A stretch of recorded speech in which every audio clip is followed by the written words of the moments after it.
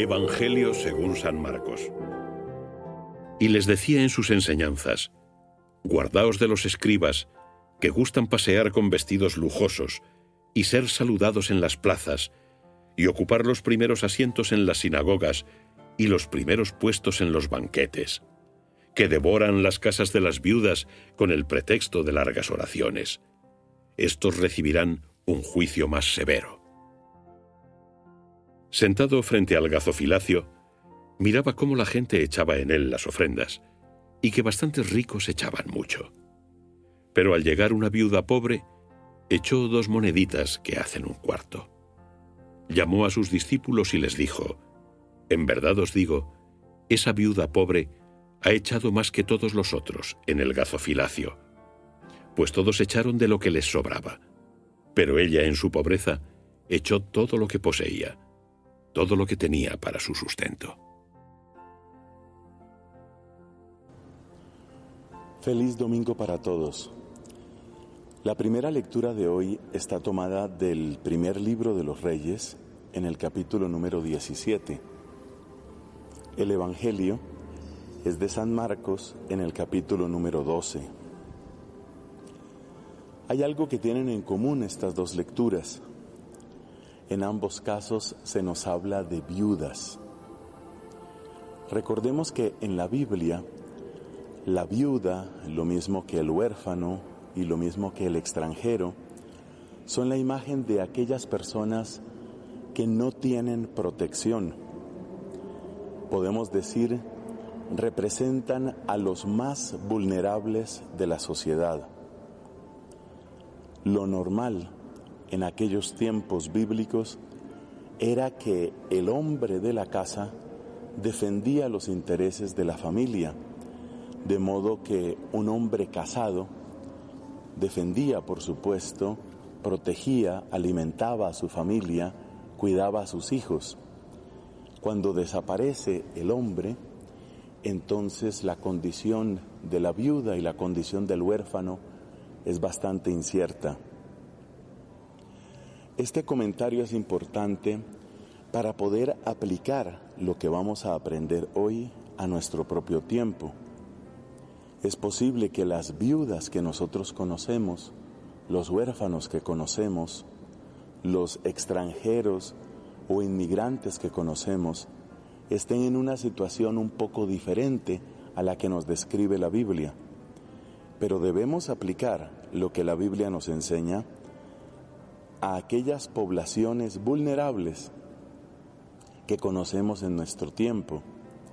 Es posible que los desplazados por la violencia, es posible que los adultos mayores, es posible que comunidades indígenas o que minorías étnicas ocupen hoy el lugar que las viudas y los huérfanos tenían en la Biblia.